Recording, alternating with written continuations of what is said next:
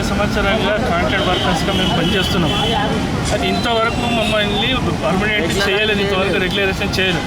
మరి ఈరోజు మన కేసీఆర్ గారు, గౌరవనీయుల కేసీఆర్ గారు కాంట్రాక్ట్ లేబర్ని ప్రతి ఒక్కరిని రెగ్యులర్ చేస్తున్నారు.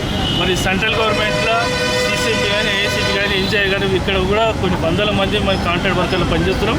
వారికి ఇంతవరకు రెగ్యులరేషన్ చేయలేదు. ముఖ్యంగా మాకు కొన్ని బెనిఫిట్స్ ఉన్నాయి, ఆ బెనిఫిట్స్ కూడా యాజమాన్యం కల్పిస్తలేదు. ఉన్న బెనిఫిట్స్ని తీసేస్తున్నది. మాకు ఇయ్యలు ఉంటుండే, ఓటీలు ఉంటుండే, ఇంకా కొన్ని బెనిఫిట్స్ అవన్నీ మెల్లమెల్ల ఒక్కొక్కటి తీసేస్తుంది. అవన్నీ ఇవ్వాలని మేము డిమాండ్ చేస్తున్నాము.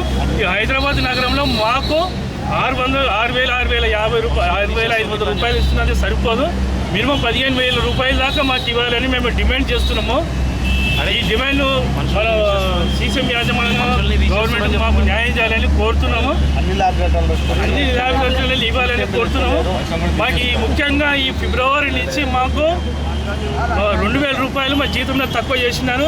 ఆ విషయంపై 6 నెలల నుంచి పోరాటం చేస్తున్నాము.